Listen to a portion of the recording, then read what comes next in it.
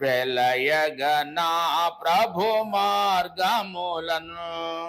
కలిగెను నెమ్మది కలువరి గిరిలో, విలువగు రక్తము చిందించిన ప్రభు యేసుని కొరకై ఇలా జీవించెద.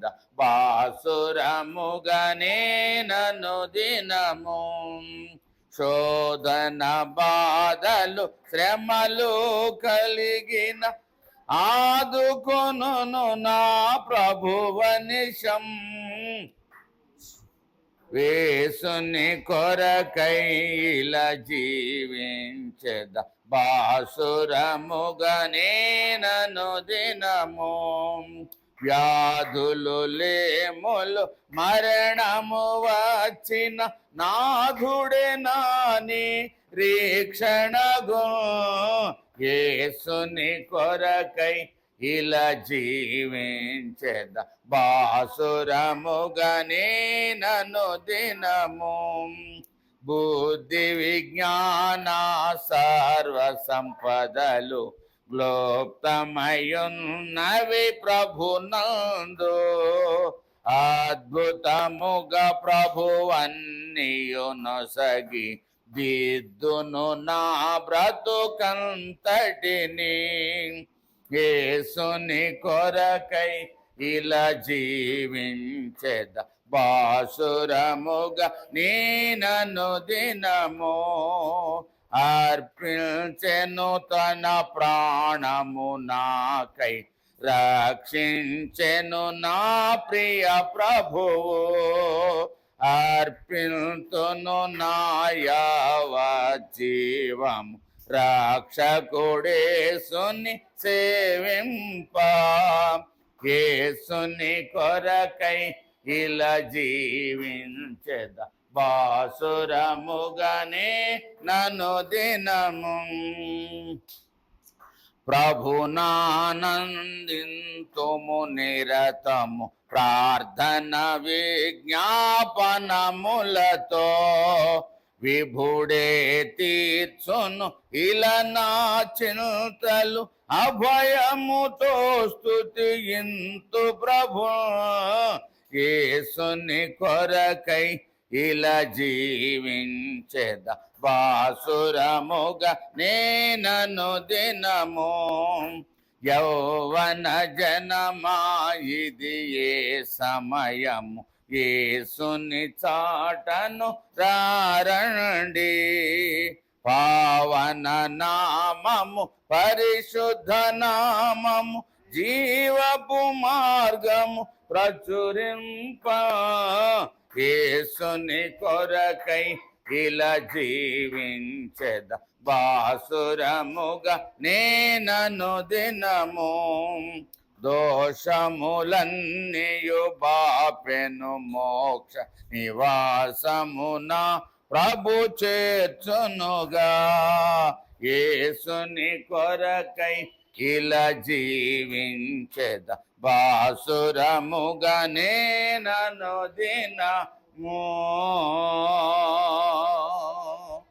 దేవునికి స్తోత్రం.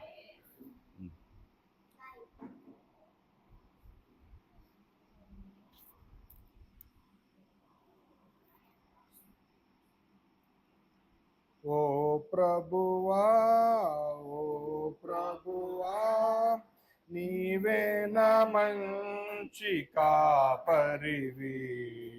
నీవే నా మంచి కాపరివి. ఓ ప్రభువా ఓ ప్రభువా నీవే నా మంచి కాపరివి. నీవే నా మంచి కాపరివి. దారి తప్పినా నన్ను నీవు వెదకి వచ్చి రక్షించితివి. దారి తప్పినా నన్ను నీవు వెదకి వచ్చి రక్షించితివి. నిత్య జీవము నిచ్చిన దేవా నిత్య జీవము నిచ్చిన దేవా నీవే నా మంచి కాపరివి నీవే నా మంచి కాపరివి ఓ ప్రభువా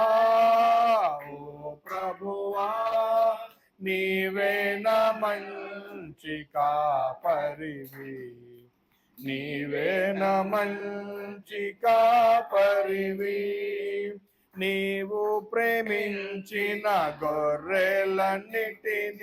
ఎల్లప్పుడూ చెయ్యి విడువక నీవు ప్రేమించిన గొర్రెలన్నిటిని ఎల్లప్పుడూ చెయ్యి విడువక అంతము వరకు కాపాడు దేవా అంతము వరకు కాపాడు దేవా నీవే నా మంచి కాపరివి నీవే నా మంచి కాపరివి నీవే నా మంచి కాపరివి నీవే నా మంచి కాపరివి ఓ ప్రభువా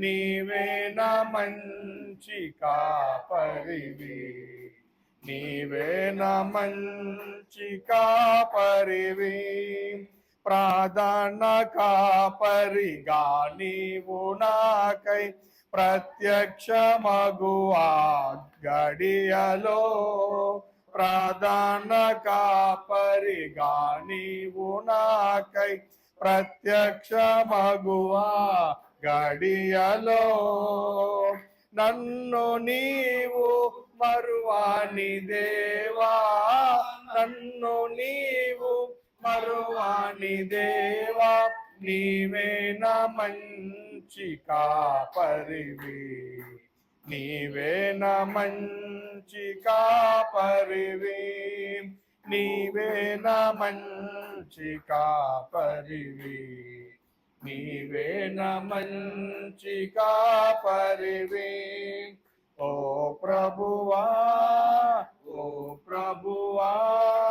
నీవే నా మంచి కాపరివి నీవే నా మంచి కాపరివి అటిలో ప్రభుని స్తుతిద్దాం స్తోత్రం నిన్న నేడు రేపు ఏకరీతిగా దేవుణ్ణి మనం మహింపరుద్దాం ఈ రోజు నుంచి ఉన్నవారు మనకన్నా పేరున్నవారు ధనమున్నవారు సిరి సంపదలు ఉన్నవారు లోకాన్ని విడిచి వెళ్ళిపోయారు అయినప్పటికీ కూడా నిన్ను నన్ను తన యొక్క ఉచితమైన కృపల కింద రెక్కల కింద దాచిన దేవుని మహింపరుద్దాం ఈ రోజు నుంచి ఉన్నవారు అనేక ఉన్నప్పటికీ నీ పట్ల నా పట్ల ఒక ఉన్నతమైన ప్రణాళిక కలిగిన దేవుని మనం కనపరుద్దాం ప్రియ సహోదరి సహోదరుడా హల్లెలూయా హల్లెలూయా మనం ఆరాధిస్తున్న సమయంలో ఆయన పరలోక సైన్య సమూహముతో మన మధ్యకు దిగి వస్తున్న దేవుని ఆహ్వానిద్దాం హల్లెలూయా హల్లెలూయా యేసయ్యా నీకు వందనాలు నా కన్నుల కన్నీరు తుడిచిన యేసయ్యకే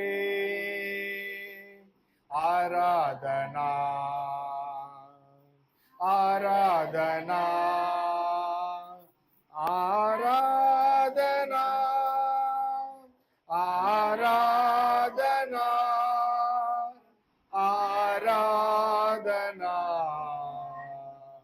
ఆరాధనా నా హృదయపు వాకిట నిలచిన యేసయ్యకే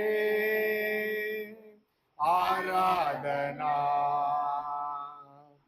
ఆరాధనా ఆరాధనా ఆరాధనా ఆరాధనా ఆరాధనా ఆరాధనా ఆరాధనా ఆరాధనా ఆరాధనా తన కృపచే నన్ను కాచిన యేసయ్యకే ఆరాధనా ఆరాధనా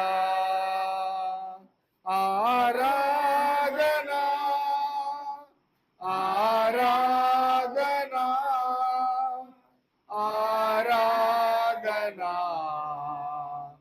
ఆరాధనా ఆరాధనా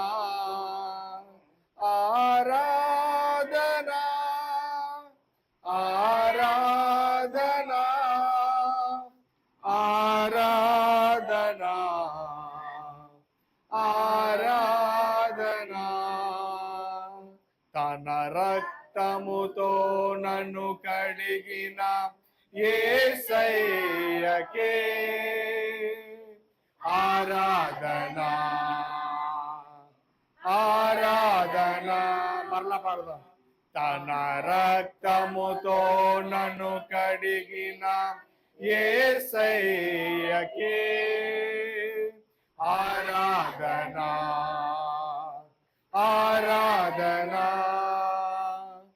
ఆరాధనా ఆరాధనా ఆరాధనా ఆరాధనా ఆరాధనా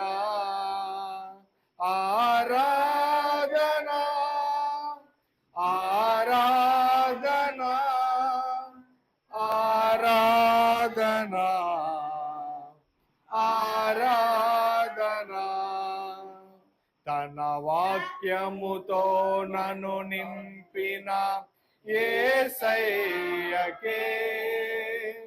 ఆరాధనా ఆరాధనా తన వాక్యముతో నన్ను నింపిన యేసయ్యకే ఆరాధనా ఆరాధనా ఆరాధనా ఆరాధనా ఆరాధనా ఆరాధనా ఆరాధనా ఆరాధనా ఆరాధనా ఆరాధనా నా కన్నుల కన్నీరు తుడిచిన యేసయ్యకే ఆరాధనా ఆరాధనా ఆరాధనా ఆరాధనా ఆరాధనా ఆరాధనా ఆరాధనా నిజమే ప్రియ సహోదరి సహోదరుడా, మనం కాచే ప్రతి ఒక్క కన్నీరు కూడా చూసే దేవుడు, తన వాక్యంతో మన హృదయాలు నింపే దేవుడు, తన పరిశుద్ధతతో మన యొక్క పాపములను కడిగి వేసే దేవుడు. అటువంటి దేవుని కలిగి ఉన్న నీవు నేను కూడా ఎంతో అతిశయించవలసిన పరిస్థితి. నిజమైన దేవుని కలిగి ఉన్నాం, పరిశుద్ధ దేవుని కలిగి ఉన్నాం, నీ పట్ల నా పట్ల కృప చూపే దేవుని కలిగి ఉన్నాం, జాలివి చూపే దేవుని కలిగి ఉన్నాం, ఆదరించే దేవుని కలిగి ఉన్నాం. ఈ లోకంలో ఉన్నవారు నిన్ను నన్ను విడిచి వెళ్ళిపోవచ్చు, కుటుంబీకులు వదిలివేసి ఉండవచ్చు, స్నేహితులు వెలివేసి ఉండవచ్చు, బంధువులు సమాజం సమస్తము వెలివేసి ఉండొచ్చు, ఆస్తిపాస్తులు పోయి ఉండవచ్చు. అయినప్పటికీ కూడా దేవుడు నిన్ను నన్ను ఆదరించే దేవుడు ప్రియ సహోదరి సోదరుడా. అటువంటి దేవుని మనము హత్తుకొని జీవించినప్పుడు ఆయన గొప్ప మేలులతో నీ కుటుంబాన్ని మన కుటుంబాలని అభిషేకిస్తూ గొప్పవారినిగా ఉంచడానికి ఆయన సిద్ధంగా ఉన్నాడు. హల్లెలూయా హల్లెలూయా. స్తోత్రం యేసయ్యా, నీకు వందనాలు ప్రభువా. నీ ప్రేమకై నీకు వందనాలు ప్రభువా, నీ కృపకై నీకు వందనాలు ప్రభువా. నీ కృప నాకు చాలును యేసయ్యా, నీకు వందనాలు స్తోత్రములు. నువ్వు ప్రేమించే దేవుడు ప్రభువా, నీలా ప్రేమించేవారు, నీలా జాలి చూపేవారు, నీలా కరుణ చూపించేవారు ప్రభువా ఈ లోకములు ఎవరు లేరు ప్రభువా. మాతో రక్తాన్ని పంచుకుని పుట్టిన వారు కూడా మమ్మల్ని వదిలేసి వెళ్ళిపోతారు, కానీ నువ్వు మమ్మల్ని విడిచిపెట్టే దేవుడు కాదు ప్రభువా. ముదిమి వచ్చే వరకు నేను ఎత్తి పట్టుకుంటానని వాగ్దానం ఇచ్చిన దేవుడు ప్రభువా. నీ కుడి పక్కన 1000 మంది పడినను, ఎడమ పక్కన 10,000 మంది ఏ అపాయం నీకు సమీపించదు, నిన్ను నీ గుడారము సమీపించదని తెలియజేసిన దేవా నీకు వందనాలు స్తోత్రాలు. కూడి వచ్చిన ప్రతి మీ ప్రియబడిని దీవించండి, వారి కుటుంబాలను ప్రతి ఒక్క అవసరం తీర్చండి, అప్పుల సమస్యలు, అనారోగ్య సమస్యల నుండి ప్రభా, ఇరుకుల నుండి, ఇబ్బందుల నుండి తొలగించమని అడుగుతున్నాం ప్రభా. మిమ్మల్ని నమ్ముకున్న వారికి ఏ మేలు చేయక మానే దేవుడు కాదు ప్రభా. మిమ్మల్ని ఆశ్రయించిన వారిని తండ్రి ఎన్నెండు త్రోసివేసే దేవుడు కాదు ప్రభా. ప్రతి ఒక్కరి కుటుంబాన్ని దీవించండి, ఆశీర్వదించమని అడుగుతూ ఈ చిన్న ప్రాంతి పాదశాన్ని చేర్చుకోమని యేసు నామములో అడిగి పెట్టుకుంటూ ఉన్నాము తండ్రి. ఆమేన్. ఆమేన్.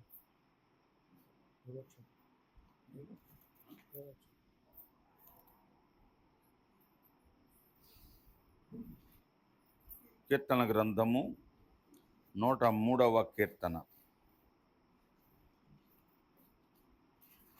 11 వచనాలు చదువుకుందాం.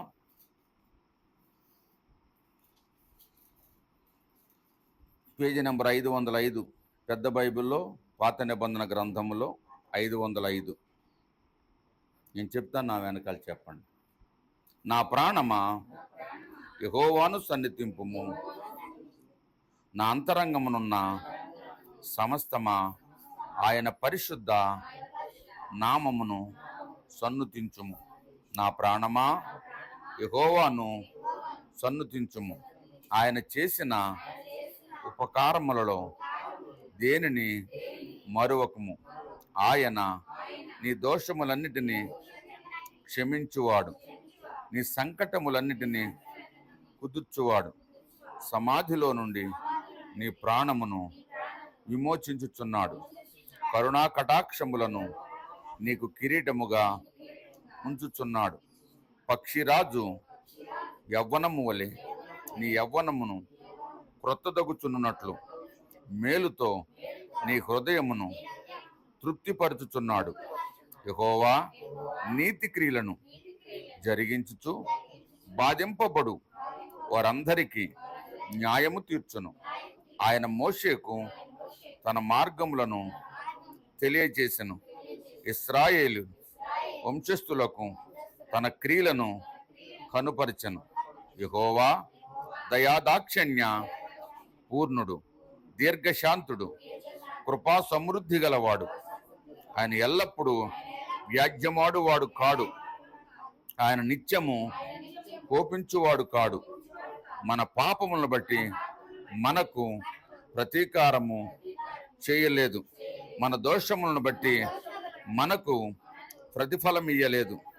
భూమి కంటే ఆకాశము ఎంత ఉన్నతముగా ఉన్నదో ఆయన యందు భయభక్తులు గల వారి ఎడల ఆయన కృప అంత అధికముగా ఉన్నది.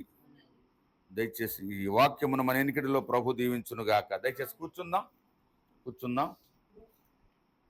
వచ్చినప్పుడు ఎవరు లేరు, మాకు తెలిసిన వాళ్ళంటే ఎవరు లేరు. మేము పరిచర్య చెయ్యాలి అని చెప్పి మేము చాలా చోట్ల మేము చూసాం. ఎందుకంటే ద్వారపుడు కూడా వెళ్ళాం. ద్వారపుడులో సుమారు సంవత్సరం తిరిగాం స్థలం కోసం. చాలా ఉన్నాయి కానీ అక్కడ తీసుకోవడానికి ఎందుకో మాకు దేవుడు దారి చూపించలేదు. కానీ మీ మధ్యలో ఇలాగా సేవ చేసే కృపనిచ్చాడు దేవుడు. అందులో కూడా మీరు మమ్మల్ని ప్రేమించే విధానం, ఎందుకంటే నాన్నగారు చెప్తూ ఉంటారు, ప్రతిరోజు నాతో ఫోన్ మాట్లాడి ఇస్సాక్ గారి కుటుంబం గురించి చెప్తారు, ఏమంటే కుమారి గారి కోసం, జయమ్మ గారి కోసం, ఏమంటే రూతమ్మ గారి కోసం, భారతి గారి అందరి కోసం చెప్తూ మాట్లాడుతూ ఉంటారు. నాకు చాలా సంతోషం. ఎందుకంటే చాలామంది మధ్యలో కొంతమంది వచ్చారు వెళ్ళిపోయారు, కానీ మీరు నిజమైన విశ్వాసులుగా, స్థిరపడే విశ్వాసులుగా నాన్నగారు చెప్తూ ఉంటాం. నాకు చాలా సంతోషం. ఈరోజు మీ మధ్యన వాక్యాన్ని పంచుకోవడం కోసం నేను ఇష్టపడుతూ ఉన్నాను. దానికోసం ఆదికాండము 3వ అధ్యాయము 9వ వచనం మనం చదువుకుందాం.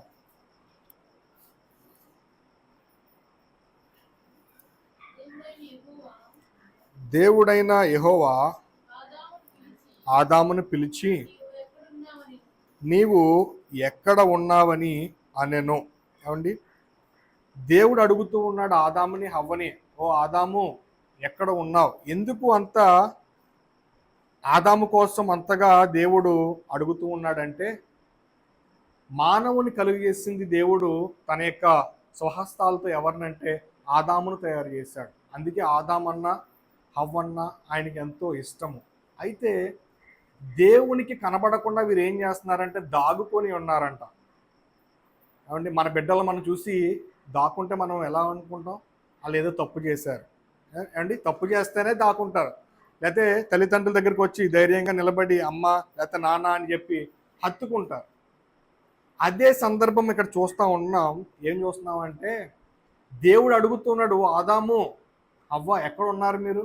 ప్రతిరోజు సాయంత్రం వేళ నేను మీతో మాట్లాడేవాడిని కదా, ఈ సమయంలో మీతో మాట్లాడి వచ్చాను, అయితే మీరు నాకు కనిపించట్లేదు, మీరు ఏం చేశారు, ఎక్కడికి వెళ్ళిపోయారు అని అడుగుతూ ఉంటే అందుకతడు నేను తోటలో నీ స్వరము వినినప్పుడు దిగంబరిగా నుంటిని గనుక భయపడి దాగుకుంటున్నా. నేను మన బిడ్డలు తప్పు చేస్తే భయపడతారు, దాక్కుంటారు. అలాగే ఆ సమయంలో ఆదాము హవ్వ కూడా తప్పు చేశారని వారు గ్రహించారు. ఏమండి, ఏం తప్పు చేశారంటే దేవుడు తినవద్దు అనే ఫలాన్ని తిని దేవునికి వ్యతిరేకమైన కార్యాన్ని చేశారు. కాబట్టే దేవుడు ఏమైనా అంటాడేమో, దేవుడు ఏదైనా తిడతాడేమో అన్న భయముతో దాక్కున్నారంట. దేని వెనకాల దాక్కున్నారు? తోటలో వెనకాల, చెట్లు వెనకాల దాగుకొని ఉన్నారంట. ఈనాడు సమాజంలో ఎవరైనా తప్పు చేసినప్పుడు కూడా నా తల్లిదండ్రులకు తెలిసిపోతుందేమో, నా భర్తకు తెలిసిపోతుందేమో, నా భార్యకి తెలిసిపోతుందేమో, లేకపోతే నా యజమానికి తెలిసిపోతుందేమో అని చాలామంది భయపడుతూ దాక్కుంటూ ఉంటారు. కానీ దేవుని దగ్గర ఎవరైనా సరే మొరపెట్టి, ప్రభువా నీ తప్పు చేశాను, దయతో నన్ను క్షమించు. దావీదు తప్పు చేసినప్పుడు కూడా దేవుని ప్రాధేయపడినప్పుడు, ఎంతో గోజాడినప్పుడు, ప్రార్థన చేసినప్పుడు దావీదుని క్షమించిన దేవుడు.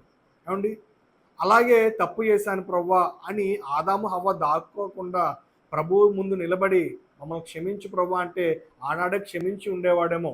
ఇప్పటికీ కూడా క్రైస్తవులు అదే తప్పు చేస్తూ ఉన్నారు. దేవుడు చేయొద్దన్న పనిని చేస్తూ, దేవునికి వ్యతిరేకమైన కార్యాలు చేస్తూ, దేవుని సేవకులకు భయపడి, లేకపోతే సంఘానికి రాకుండా, లేకపోతే చూస్తే ఎవరేమనుకుంటారో అన్న భయంతో దేవునికి వ్యతిరేకంగా లేకపోతే దేవునికి దూరంగా జీవిస్తూ ఉన్నారు. కానీ మనము దేవుని సన్నిధిలో ఉండాలి. దేవునితో మాట్లాడవలసిన సమయంలో దేవునితో మాట్లాడకుండా వీళ్ళు ఏం చేస్తున్నారంటే చెట్ల వెనకాల దాక్కొని ఉన్నారు. మనం ప్రార్థన చేయవలసిన సమయంలో ప్రార్థన చేయాలి, వాక్యం చదవాల్సిన సమయంలో వాక్యం చదవాలి, దేవునితో సంభాషించవలసిన సమయంలో దేవునితో సంభాషించాలి, మనం పని చేసుకునే సమయంలో మనము పని చేసుకోవాలి. ఈరోజు సమస్తమైన పనులకి మనకి సమయం ఉంది, సమస్త కార్యాలకి సమయం ఉంది, ఎవరిని పరామర్శించడానికి సమయం ఉంది. ఏమండి, ఎవరినైనా చుట్టాలింటికి వెళ్ళాలంటే సమయం ఉంది, లేకపోతే ఏదైనా కొనడానికి మార్కెట్కి వెళ్ళాలంటే సమయం ఉంది. కానీ దేవునితో గడిపే సమయము ఈ రోజుల్లో కోల్పోయారు.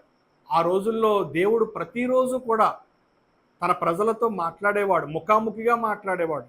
ఈ రోజుల్లో దేవుడు మాట్లాడుతున్నాడా ఎవరితో అన్నా అంటే మనము పరిశుద్ధ జీవితము జీవించట్లేదు. దేవునికి వ్యతిరేకమైన కార్యం ఇంకా మన జీవితాల్లో ఉన్నది. ఇంకా భయపడుతూ దాక్కుంటూ ఉన్నాం. దాక్కునే వారిగా మనం ఉండకూడదు. మనం ఎక్కడ ఏ సమయంలో ఎక్కడ ఉండాలో అక్కడ ఉండాలి తప్ప, ఏమండి, మనం తప్పు చేస్తేనే భయపడతాం. దేవుని సన్నిధిలో మనం తప్పు చేసేవారిగా మనం కనిపించకూడదు. ఇంకో మాట చూద్దాం. ఆదికాండం 3వ అధ్యాయము 19వ అధ్యాయము 1వ వచనం చదువుకుందాం. 19:1. ఆ సాయంకాలమందు ఆ ఇద్దరు దేవదూతలు సొదొమ చేరునప్పటికి లోతు సొదొమ గవిని యొద్ద కూర్చుండి ఉండెను. చాలండి. ఇక్కడ లోతు ఎక్కడ కూర్చున్నాడంట? ఊరి గవిని అంటే ఇప్పుడు సాయంత్రం వేళలో చల్లగా ఉన్నప్పుడు ఒక మర్రి చెట్టు కింద దెమ్మ కింద ఉంటుంది, అక్కడ కూర్చుంటారు చూసారా? అక్కడ కూర్చొని మాట్లాడుతూ ఉన్నాడంట చుట్టూ ఉన్న వారితో. ఆయనకి అక్కడ పని లేదు. ఖాళీ దొరికితే మనం ఏం చేస్తాం? స్నేహితులతో సంభాషించడానికి వెళ్తాం, లేకపోతే చుట్టాలతో ఫోన్లు మాట్లాడడానికి వెళ్తాం. కానీ దేవునితో మాట్లాడే సమయంలో కూడా చుట్టాలే గుర్తొస్తారు, లేకపోతే స్నేహితులే గుర్తొస్తారు, లేకపోతే ఇరుగు పొరుగు వారి దగ్గరికి వెళ్ళి సినిమాలు చూడటమో లేకపోతే సీరియల్ చూద్దాం, ఇదే చేస్తాము తప్ప దేవునితో ఉండే సమయం మనము దూరం చేసుకుంటూ ఉన్నాం. లోతుకి సమయం దొరికింది. ఎక్కడున్నాడు? ఊరి గవిని దగ్గరికి వెళ్ళి కూర్చున్నాడంట. అక్కడ ఆయనకు పని లేదు, కానీ అక్కడ కూర్చున్నాడు. మనము కూడా దేవుని సన్నిధిలో ఉండవలసిన సమయంలో దేవుని సన్నిధిలో ఉండాలి. ఏమండి, పనిలో ఉండవలసిన సమయంలో పనిలో ఉండాలి, కుటుంబంతో ఉండవలసిన సమయంలో కుటుంబంతో ఉండాలి. ఏకాంత ప్రార్థన ప్రతి ఒక్క జీవితానికి చాలా ప్రాముఖ్యం. అంటే మా చిన్నప్పుడు నాకు ఇంకా గుర్తు. మా చిన్నప్పుడు పాస్టర్ గారు ఏం చేసేవారంటే సాయంత్రం కానీ మధ్యాహ్నం కానీ కొంతమంది గ్రూప్ ఉండేది వీళ్ళది, అండ్ 4 3 గ్రూప్ ఉండేది. వీరు ఒక ప్రాంతానికి వెళ్ళిపోయారు, కొండ ప్రాంతాలకు వెళ్ళిపోయి ఒక్కొక్కరు ఒక చోట కూర్చొని ప్రార్థనలు చేసుకుంటూ ఉండేవారు. ఎందుకు అంటే దేవునితో సత్సంబంధము కలిగి ఉండడం చాలా ప్రాముఖ్యం. అండ్ ఇప్పుడు మన బిడ్డలు మనతో సరిగ్గా మాట్లాడట్లేదు అంటే మన బిడ్డల మధ్యన తల్లిదండ్రుల మధ్యన ఏం లేదు, సత్సంబంధము లేదు. అలాగే దేవునికి మనకి మాటలు సరిగ్గా లేవు అంటే ఆయనకి మనకును మధ్యన ఏదో ఆటంకము అడ్డు ఉన్నదని మనం గ్రహించాలి. మనం దేవునికి ఇవ్వాల్సిన సమయాన్ని దేవునికి ఇవ్వాలి. ఏమండి, దేవునితో గడపాల్సిన సమయాన్ని దేవునితో గడపాలి. లోకంతో మనకు పని లేదు. ఎందుకంటే దేవుడు మన ప్రత్యేకపరిచాడు, ప్రత్యేకమైన జీవితాన్ని ఇచ్చాడు, మారు మనసు పొందుకున్నాం, రక్షణ పొందుకున్నాం, బాప్తీసం పొందుకున్నాం. కాబట్టి మనకి ఎవరితో సంబంధం లేదంటే లోకముతో సంబంధం లేదు. ఈ లోతు అన్నీ ఎరిగిన వాడే, అబ్రహాం దగ్గర అన్నీ తెలుసుకున్నవాడే, అన్నీ నేర్చుకున్నవాడే. అయితే ఏం చేస్తున్నాడంటే గవి దగ్గరికి వెళ్ళి కూర్చొని ఉన్నాడంట. ఆయనకి ఆ సమయంలో అక్కడ పని లేదు. కానీ మనం ఉండవలసిన దగ్గర మనం ఉండకుండా వేరే చోట్ల ఉంటే చాలా నష్టాన్ని మనం కొని తెచ్చుకుంటూ ఉంటాం అండి. కొన్ని సందర్భాల్లో నేను లేనండి అక్కడ, అయినప్పటికీ ఏదో అలా వెళ్తూ చూశానండి, అది నా మీదకి వచ్చి పడిందండి అని చాలామంది చెప్తూ ఉంటారు యవనస్తులు. ఆ పని నేను చేయలేదండి, నేను అలా వెళ్తున్నాను అంతే, కానీ వాళ్ళు ఎవరో చూసి నేనే తప్పు చేశానని అనుకుంటున్నారు అని చాలామంది ఇలాంటి పరిస్థితిలో పడిపోయారు, చాలామంది యవనస్తులు కూడా. మరి ఒక మాటను చూద్దాం. ఏమండి, నిర్గమకాండము 33వ అధ్యాయము 8వ వచనం నుండి 11వ వచనం వరకు. నిర్గమకాండము 33వ అధ్యాయము 8వ వచనం నుండి 11వ వచనం వరకు చదువు. మోషే ఆ గుడారమునకు వెళ్ళినప్పుడు ప్రజలందరూ లేచి ప్రతివాడును తన గుడారపు ద్వారమందు నిలిచి అతడు ఆ గుడారములోనికి పోవు వరకు అతని వెనుక తట్టు నిదానించి చూచుచుండెను. మోషే ఆ గుడారములోనికి పోయినప్పుడు మేఘస్తంభము దిగి ఆ గుడారపు ద్వారమందు నిలువగా యెహోవా మోషేతో మాట్లాడుచుండెను. ప్రజలందరూ ఆ మేఘస్తంభము ఆ గుడారపు ద్వారమున నిలుచుట చూచి లేచి ప్రతివాడును తన గుడారపు ద్వారమందు నమస్కారము చేయుచుండిరి. మనుష్యుడు తన స్నేహితునితో మాట్లాడునట్లు యెహోవా మోషేతో ముఖాముఖిగా మాట్లాడుచుండెను. చాలండి. ఏమండి, ఇక్కడ మోషే ఏం చేస్తున్నాడంటండి, ప్రత్యక్ష గుడారంలోనికి వెళ్తున్నాడు. ప్రత్యక్ష గుడారం అంటే దేవుని యొక్క మందిరము. ఎందుకోసం వెళ్తున్నాడు దేవుని మందిరానికి? ఏదో స్నేహితులను కలుసుకోవడానికో, లేకపోతే ఎవరినో చుట్టాలను కలుసుకోవడానికో, లేకపోతే బయట ఉన్న సమాచారం లోపల తీసుకురావడానికో, ఏదో మాట్లాడదామని అక్కడికి వెళ్ళట్లేదు. కానీ ప్రభువును దర్శించుకోవడం కోసము మోషే ప్రత్యక్ష గుడారంలోకి వెళ్తా ఉన్నాడు. ఈయన ప్రత్యక్ష గుడారంలోకి ఎప్పుడైతే వెళ్తున్నాడు ప్రజలందరూ చూస్తున్నారంట, ఈయనేంటి మందిరంలోకి వెళ్తున్నాడు, మందిరంలోకి వెళ్ళి ఏం చేస్తాడని చూస్తూ ఉంటే ఈయన సరాసరి ప్రత్యక్ష గుడారమైనటువంటి దేవాలయంలోకి వెళ్ళి ఏం చేస్తున్నాడు తెలుసా? ప్రభువైన దేవునితో ముఖాముఖిగా మాట్లాడుతూ ఉన్నాడంట. ఎలా మాట్లాడుతున్నాడు? ముఖాముఖిగా ఒక స్నేహితునితో మాట్లాడుతూ ఉన్నట్లు, ఏమండి, ఒక ఫ్రెండ్తో మాట్లాడుతున్నట్టు దేవునితో సంభాషిస్తూ ఉన్నాడంట. ప్రభువా, నా పరిస్థితి ఎలా ఉన్నది? నేను నీకు ఇష్టమైన భక్తుడనేనా? నీకు ఇష్టమైన స్థితిలో నేను జీవిస్తూ ఉన్నానా? లేదా నాలో ఏమైనా లోపం ఉన్నదా? చెప్పు, నేను సరి చేసుకుంటాను అని అడుగుతూ ఉన్నట్లుగా మాట్లాడుతూ ఉన్నాడు. ప్రజలకు ఏదైనా చెప్పాలి అంటే దేవుడు ఎవరు చెప్పేవాడంటే మోషేకి చెప్పేవాడు. ప్రజల తరపున దేవునికి ఎవరైనా చెప్పాలి అంటే మోషే ప్రజల పక్షాన దేవుడితో మాట్లాడేవాడు. మనకి ఈ యొక్క 10 ఆజ్ఞలు ఎవరు తీసుకొచ్చారో తెలుసా? మోషే గారే తీసుకొచ్చారు 10 ఆజ్ఞలు. దేవుని దగ్గర నుంచి మోషే గారు తీసుకొచ్చారు 10 ఆజ్ఞలు. ప్రియ సహోదరి సహోదరుడా, కాబట్టి ఆనాడు ఆదాము హవ్వ దేవునితో ఉండవలసిన సమయంలో ఎక్కడున్నారు? చెట్లు వెనకాల దాక్కుని ఉన్నారు. ఏమండి, లోతు దేవునితో ఉండవలసిన సమయంలో ఎక్కడ ఉన్నాడు? గవి దగ్గర కూర్చుని ఉన్నాడు. ఏమండి, కానీ మోషే అయితే ఏం చేశాడో తెలుసా? మోషే లోకముతో ఉండిపోకుండా, లేదా కుటుంబంతో ఉండిపోకుండా, మోషే ఎవరు అనుకుంటున్నారు? ఫరో యొక్క కుమార్తె యొక్క కొడుకు. ఏమండి ఫరో కుమార్తె కొడుకు, కానీ ఎంతో ధనవంతుడైనప్పటికీ రాజభోగములు అనుభవించవలసిన స్థితి ఉన్నప్పటికీ కూడా అదంతా నాకు వద్దు అనుకున్నాడు. చూద్దాం ఒకసారి హెబ్రీలకు రాసిన పత్రిక 11వ అధ్యాయము 24 వచనం అనుకుంటా, చూడండి ఒకసారి. 24 హెబ్రీలకు రాసిన పత్రిక 11వ అధ్యాయము 24 వచనం. 207.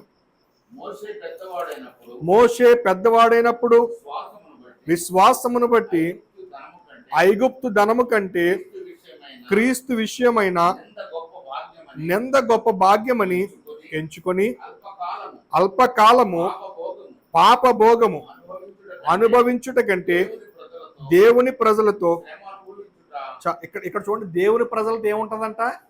సంతోషం ఉంటుంది. అంత మాత్రమే కాకుండా శ్రమలు కూడా ఉంటాయి. శ్రమలు లేకుండా క్రైస్తవ జీవితం ఉండదు.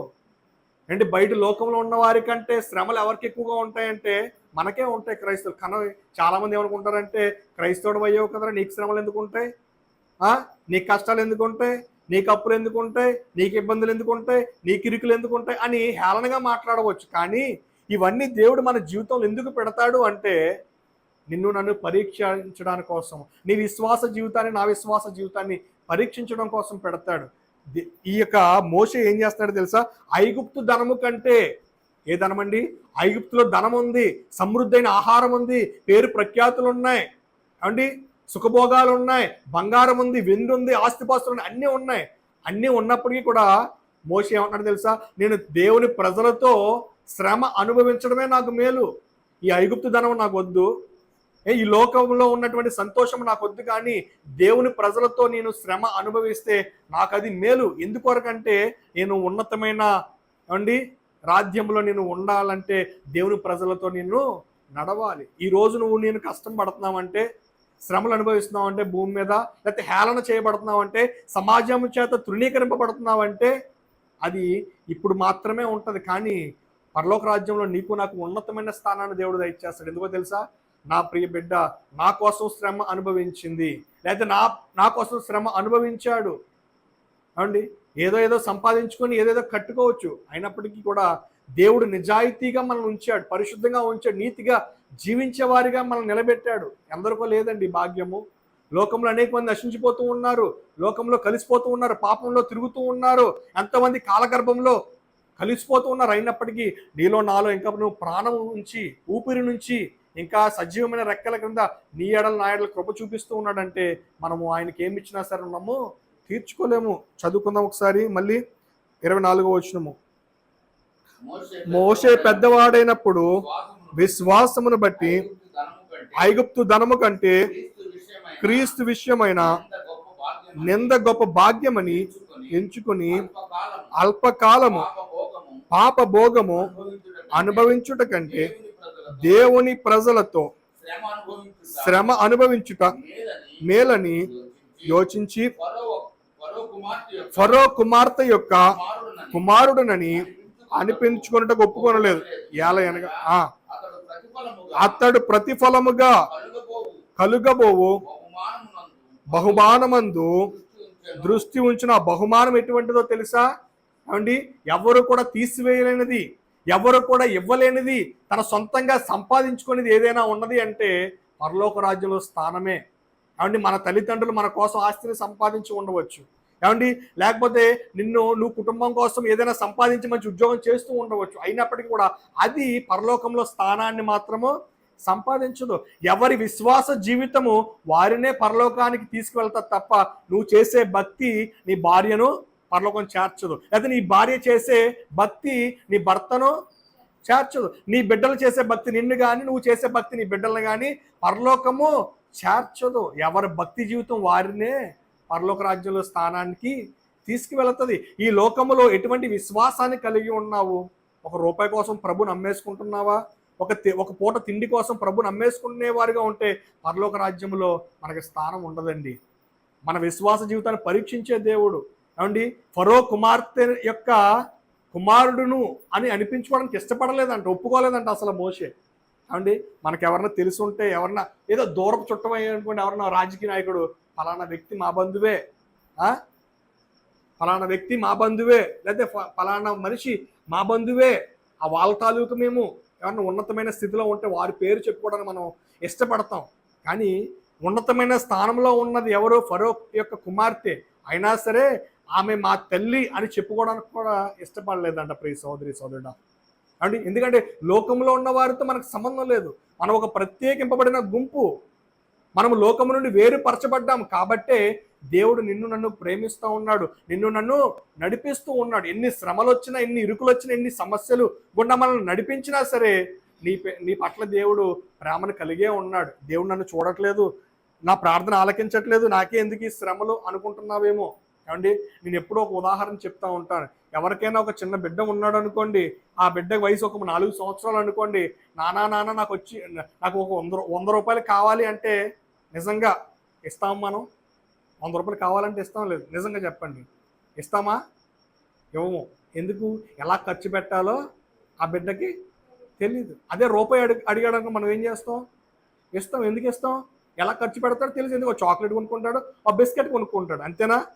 కానీ 100 రూపాయలు ఇస్తే పాడు చేస్తాడు, ఏం చేస్తాడో లేకపోతే ఎవరి దగ్గర పాడేస్తాడో తెలియదు. కాబట్టి మనం ఆ బిడ్డకి ఏమివ్వం?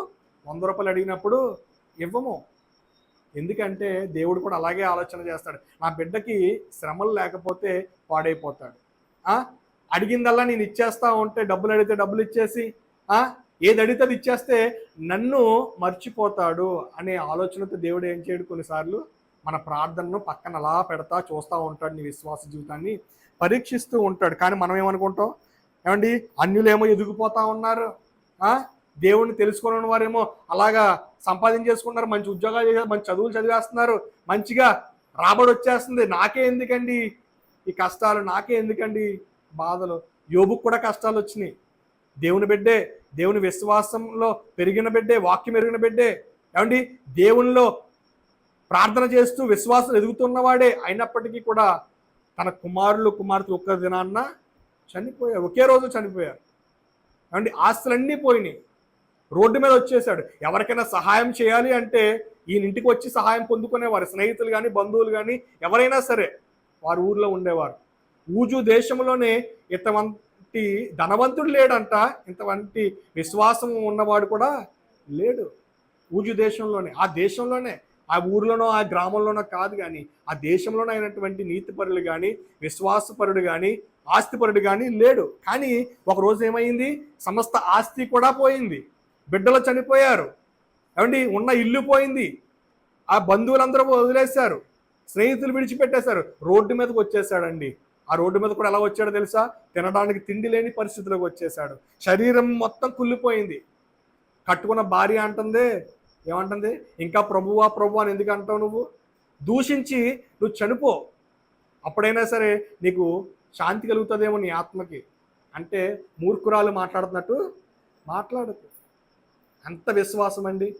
మనకి కొంచెం ఎవరైనా కొంచెం ఒక మోసం చేస్తేనే మనం తట్టుకోలేం. నన్ను అంత మోసం చేశాడు, ఎంతగా నమ్మానో అంటూ ఉంటాం. కానీ ఏ ఒక్కరిని కూడా హేళన చేయలేదు, ఏ ఒక్కరిని కూడా నిందించలేదు. అటువంటి విశ్వాసం కలిగి మనం ఉండాలి. కాబట్టి అంత విశ్వాసం కలిగి ఉన్నాడు. కాబట్టే చనిపోయిన బిడ్డల కంటే అందమైన వారు పుట్టారు, పోగొట్టుకున్న ఆస్తి కంటే రెట్టింపు ఆశీర్వాదం దేవుడు దయచేశాడు. నువ్వు నమ్మికతో విశ్వాసంతో ప్రార్థన యందు ఎడదక్క ఉండినప్పుడు దేవుడు తప్పకుండా నీ జీవితంలో కూడా కార్యం చేస్తాడు. ఎప్పుడు? దేవునిలో నిలకడగా ఉన్నప్పుడు. అంతే తప్ప తప్పు చేసి దాక్కుంటే దేవుడు నీ పక్షాన్ని ఏమాత్రము కూడా నిలవబడడు. నువ్వు పాపము చేస్తే, తప్పు చేసి దేవుని సన్నిధిలో మోకరించి ప్రభువా నీ తప్పు చేశాను క్షమించు. దావీదు పాపము చేసినప్పుడు, దేవుడి దగ్గర గోజాడినప్పుడు, ప్రార్థన చేసి ఒప్పుకొని విడిచిపెట్టినప్పుడు దేవుడు ఆ పాపాన్ని క్షమించాడు. దావీదు జీవితంలో కూడా నిన్ను నన్ను కూడా క్షమించే దేవుడిగా ఉంటూ ఉన్నాడు. ప్రియ సహోదరి సహోదరుడా, ఏమండి మరి ఒక మాటను చూద్దాం. నెహెమ్యా గ్రంథము 6వ అధ్యాయము మొదటి 3 వచనాలు చదువుకుందాం. నెహెమ్యా గ్రంథము 404 నేను ఇంకను గుమ్మములకు తలుపులు నిలుపక ముందుగా దానిలో బీటలు లేకుండా సంపూర్ణముగా గోడ కట్టి ఉండగా సల్బలుడును టోబియాయుకును అరబీయుడైన అరబీయుడైన యెషయమును యెషయికును మా శత్రువులలో మా శత్రువులలో మిగిలిన వారును విని విని సబ్బట్టును సల్బల్లటును గెషేమును గెషేమును నాకు ఏదో హాని చేయుటకు ఆలోచించి ఓనో మైదానమునందున గ్రామములో ఒక దాని దగ్గర మనము కలుసుకుందాము రండని నా యొద్దకు వర్తమానం పంపిరి. అందుకు నేను నేను నేను చేయు పని గొప్పది, దానిని విడిచి మీ యొద్దకు వచ్చుటకై నేను దాన్ని ఎందుకు ఆపవలను?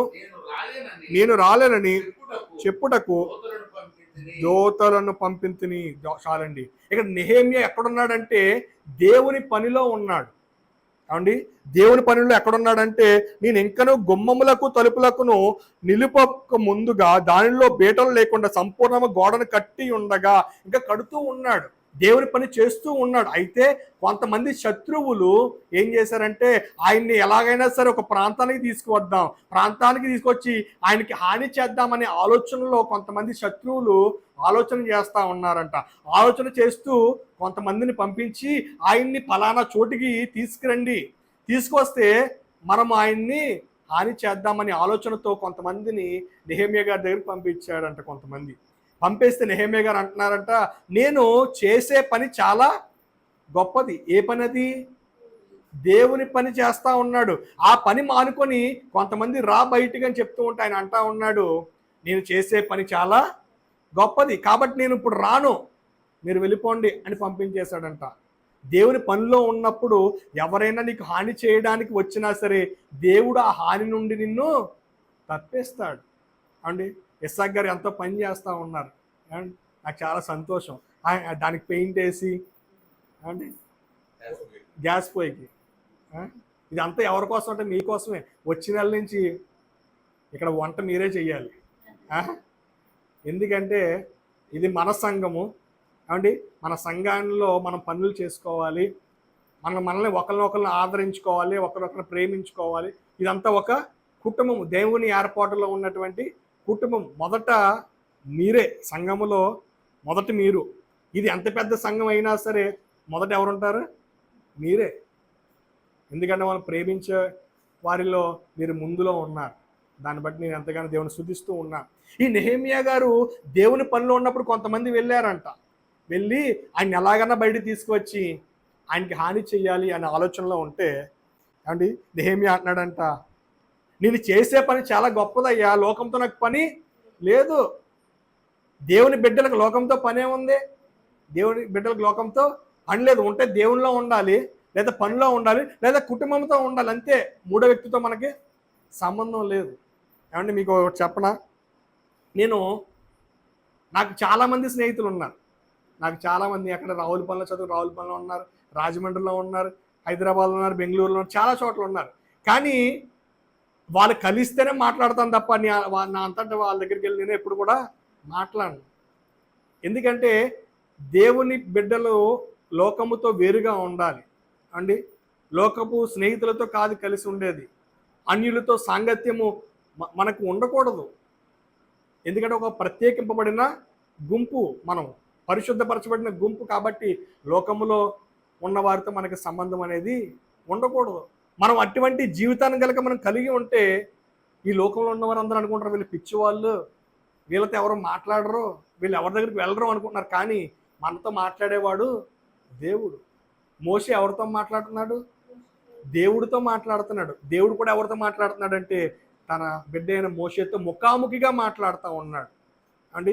దేవుడు మాట్లాడడం అని మీరు అనుకుంటారు, కానీ దేవుడు మాట్లాడతాడు అండి. మనం ప్రార్థన చేసుకుని కొద్ది సమయం అలా మౌనంగా ఉంటే దేవుడు నీతో ఏం చెప్పాలనుకుంటున్నాడో తప్పకుండా మీతో చెప్తూ ఉంటాడు.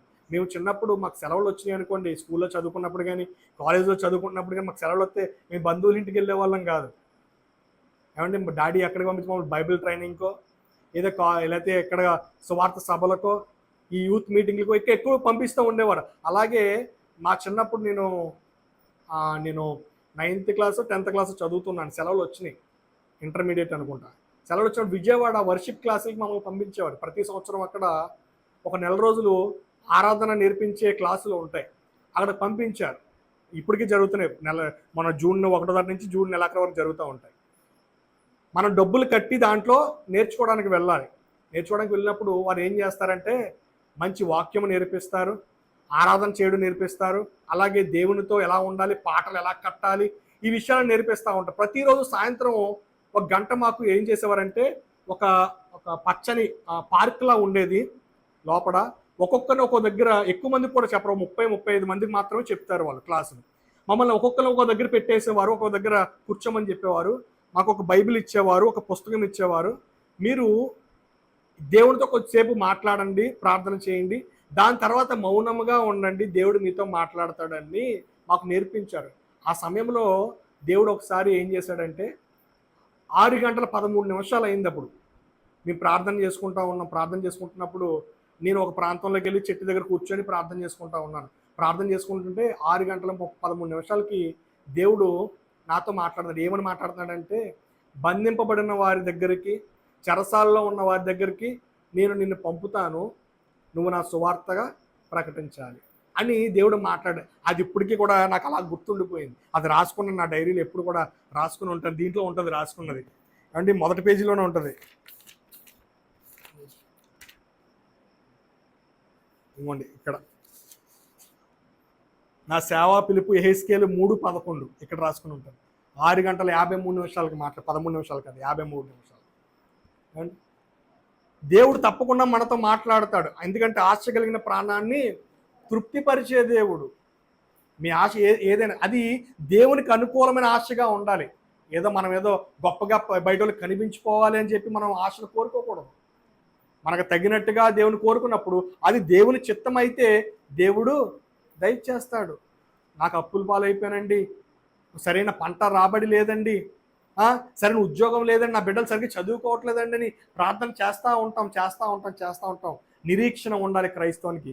ఏముండాలి క్రైస్తవునికి అన్నట్టేనే నిరీక్షణ చాలా ముఖ్యం. ప్రియ సహోదరి సహోదరుడా, దేవునితో మాట్లాడడం మనం నేర్చుకోవాలి, సాక్ష్య జీవితం నేర్చుకోవాలి. దేవుడు మన జీవితంలో ఎటువంటి కార్యాలు చేశాడో ఎదుటి వారికి చెప్పే విషయంలో మనం సాక్షిగా ఉండాలి. ప్రియ సహోదరి సహోదరుడా, ఒక మాట నేను చెప్పి ముగిస్తాను అండి. అపోస్తుల కార్యములు 20వ అధ్యాయము 26-27 వచనాలు. అపోస్తుల కార్యములు 20వ అధ్యాయము 26-27 వచనాలు. కాబట్టి మీలో ఎవరి నాశనము విషయమైనను నేను దోషిని కాగనని నేడు మిమ్మును సాక్ష్యం పెట్టుచున్నాను. దేవుని సంకల్పమంతయు మీకు తెలపకుండా నేనేమియు దాచుకొనలేదు. దేవుడు తన స్వరక్తం ఇచ్చి సంపాదించిన తన సంఘమును కాయుటకు పరిశుద్ధాత్మ మిమ్మను దేని యందు అధ్యక్షులుగా ఉంచునో ఆ యావత్తునందును గూర్చి మీ మట్టుకు మిమ్మను గూర్చి జాగ్రత్తగా ఉండుడి. ఒక సాక్ష్యము చెప్తూ ఉన్నాడు. ఎవరు? అపోస్తుడైన పౌలు సాక్ష్యం చెప్తున్నాడు. నేను మీ దగ్గర ఏమీ దాచలేదు, దేవుడు ఏదైతే నాకు చెప్పాడో అది మీ ఎదుట చెప్పేస్తా ఉన్నాను. ఎలా ఉండాలో, ఎలా నడుచుకోవాలో, ప్రభుతో ఎలా సంభాషించాలో, ఏది దేవుడికి వ్యతిరేకమో అవి మీరు చేయకూడదు, అవన్నీ నేను మీ ముందు చెప్పేస్తున్నాను. కాబట్టి మీ దగ్గర నేను ఏమీ దాయట్లేదు. అలాగే దేవుడు మనకిచ్చిన రక్షణను, లేకపోతే ఆయన స్వరక్తం ఇచ్చి మనల్ని కొన్నాడంట. ఆ రక్షణ సువార్త మనం ఏం చేయాలి? ఎదుటి వారికి పంచిపెట్టాలి. ఎప్పటికీ మనము వినేవారంగా మాత్రమే ఉండకూడదు, కానీ ఎదుటి వారికి చెప్పేవారిగా కూడా ఉండాలి. దేవుడు అడుగుతూ ఉంటాడు, నీ సాక్ష్యం ఎవరికి చెప్పావు? నీకు ఇచ్చిన ఆ యొక్క మేలులు ఎవరికైనా పంచుకున్నావా? నీకు ఇచ్చిన స్వస్థతను ఎవరికైనా పంచిపెట్టావా? అండి, పాస్టర్ గారి పని ఏంటంటే ఇక్కడ సంఘాన్ని స్థాపించారు, మిమ్మల్ని అందరినీ కూడా ఏమండి ఇక్కడ ఏర్పాటు చేశారు. ఇప్పుడు మనం ఏం చేయాలంటే, మనం వచ్చి వాక్యం వినడం మాత్రమే కాదు, కానీ మనం వచ్చి మనం ప్రార్థన చేసి మనం మేలు పొందుకోవడమే కాదు, కానీ ఇతరులకు మనం ప్రోత్సహించాలి. ఏమని ప్రోత్సహించాలి? నేను దేవుని యందు మేలు పొందుకున్నాను, నీ ఎన్నో గొప్ప కార్యాలు దేవునిలో చూశానని సువార్తను ప్రకటించినప్పుడు వారిలో కూడా ఆసక్తి కలుగుతుంది. వారిలో కూడా నా జీవితంలో కూడా శ్రమ ఉన్నదే, నా జీవితంలో కూడా అనారోగ్యం ఉన్నదే, దేవుడు స్వస్థపరుస్తాడంటే ఒకసారి వెళ్ళి ప్రార్థన చేయించుకుందాం, ఒకసారి వచ్చి ప్రార్థనలో పాలుభాగస్తులు అవుదాం అని వారిలో కూడా ఆసక్తి పుడుతుంది. మనం ఏం చేయాలి? మన బంధువులకు, స్నేహితులకు, మన ఇరుగు పొరుగు ఎవరొకరు చెప్పి ఒక ఆత్మనైనా సరే మనము ప్రతి ఒక్కరము దేవుని సన్నిధికి నడిపించినప్పుడు దేవుడు ఆ ఆత్మను రక్షించుకుంటే నీకు ఉన్నతమైన స్థానము దేవుడు ఇస్తాడు. ఒక ఆత్మ రక్షిస్తే అంట దేవదూతలు పండగ చేసుకుంటారంట. ఆ పరలోకంలో దేవదూతలు పండగ చేసుకుంటారు. ఆ యొక్క క్రెడిట్ ఎవరికి వస్తుందంటే రక్షించిన మీకు మాత్రమే వస్తుంది. కాబట్టి మనం ఏం చేయాలంటే మనం రక్షణను అనేక మందికి పంచిపెట్టాలి. ఏది నీ సాక్ష్యము, ఏది నీ త్యాగము, యేసు వార్తను చాటింపను, ఎలా నిర్లక్ష్యము, లేచిరారమ్ము ఓ క్రైస్తవా. అపోస్తలులు శిష్యులు అపనిందలు హింసలు, అపోస్తలులు శిష్యులు అపనిందలు హింసలు, అన్నిటి భరించిరి, అన్నిటి భరించిరి, ఆత్మలు రక్షించిరి. ఏది నీ సాక్ష్యము, ఏది నీ త్యాగము, యేసు వార్తను చాటింపను, ఎలా నిర్లక్ష్యము, లేచిరారమ్ము ఓ క్రైస్తవా. ఆపదలు అపనిందలు నిర్బంధము బంధము, ఆపదలు అపనిందలు నిర్బంధము బంధము, చెరసాల సంఖ్యలను, చెరసాల సంఖ్యలను, నీకేమీ లేదిప్పుడు. ఏది నీ సాక్ష్యము, ఏది నీ త్యాగము, యేసు వార్తను చాటింపను, ఎలా నిర్లక్ష్యము, లేచిరారమ్ము ఓ క్రైస్తవా. కోతెంతో విస్తారము, కోసేడి వారెవరు, కోతెంతో విస్తారము, కోసేడి వారెవరు, కొంతైనా చేయంగను, కొంతైనా చేయంగను, కోరిక కలిగుండాలి. ఏది నీ సాక్ష్యము, ఏది నీ త్యాగము, యేసు వార్తను చాటింపను, ఎలా నిర్లక్ష్యము, లేచిరారమ్ము ఓ క్రైస్తవా. ఏమండి, అపోస్తులు ఎంతో నిందలు పడ్డారు, అవమానాలు పడ్డారు, అయినా సరే ప్రభు కొరకు నిలబడడం మాత్రము మానలేదు. మనకు కొన్ని శ్రమలు వస్తే, కొన్ని అవమానాలు వస్తే మనం ఏం చేస్తాం? ప్రభు సన్నిధికి దూరం అయిపోతాం, ప్రభువు నుండి లోకంలో పడిపోతూ ఉంటాం. ఏమండి, అలా ఉండకూడదు. క్రైస్తవులు అంటే ఎలా ఉండాలంటే కష్టం వచ్చినా నష్టం వచ్చినా ధైర్యం కలిగి, నిలకడ కలిగి దేవునిలో ఉండాలి. ఏమండి, సేవ చేయాలని ఆసక్తి ఉండాలి, ప్రభువును ప్రకటించాలని ఆసక్తి ఉండాలి. ఎంతోమంది అండి చెరసాల పాలైపోయారు, ఎంతోమంది ప్రభు కోసము వారి యొక్క ప్రాణాలు కూడా త్యాగం చేసేసారండి. ఎంతోమంది మిషనరీలు మన దేశం వచ్చి వారి ప్రాణాలను విడిచిపెట్టి కుటుంబాలకు దూరం అయిపోయి దేవుని కోసం బలి అయిపోయారు. ఎవరి కోసం? మన కోసమే. వాళ్ళు బలి అయిపోయారు, ప్రాణాలు అర్పించారు. కాబట్టి ఈ సువార్త మన వరకు వచ్చింది, మనం ప్రభువుని ఎరిగాం.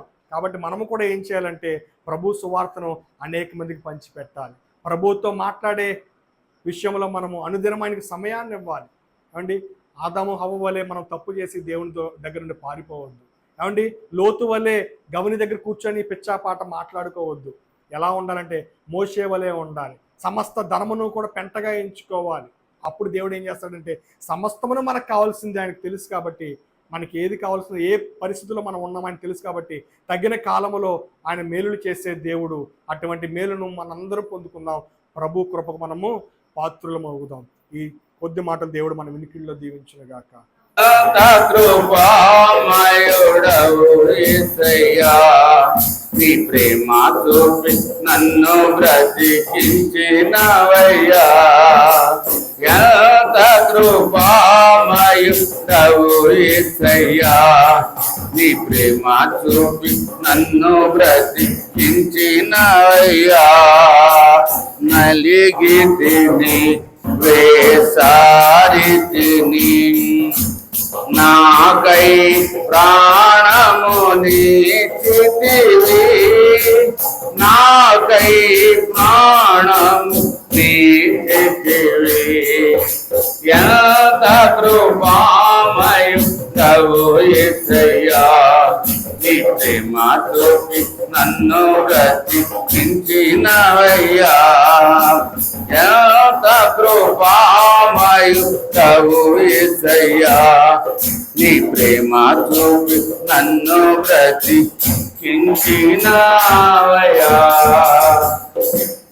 అవును ప్రభువా, ఎంత కృప, ఎంత దయ, ఎంత జాలి నాపై చూపి నన్ను మమ్మల్ని రక్షించావు యేసయ్యా. నీకు వందనాలు, స్తోత్రాలు.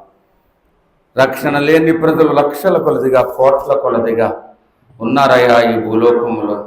నన్ను మమ్మల్ని వెదకి రక్షించిన మా దేవుడా, నీకు వందనాలు, స్తోత్రాలు, స్తుతులు, కృతజ్ఞతలు.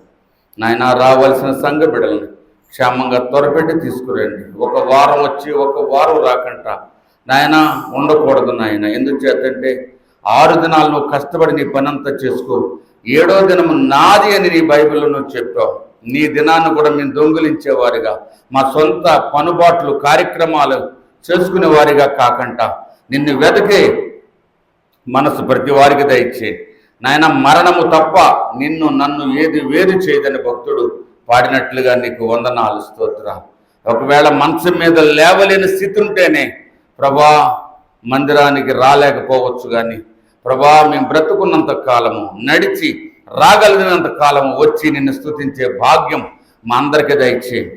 నీ కనికరము, నీ కృప మా అందరిపై ఉంచు. మీరే వాక్యం ద్వారా నాతో మాతో మాట్లాడి మహిమ పొందమని యేసు నామమున అడుగుచున్నాం పరమ తండ్రి. ఆమేన్.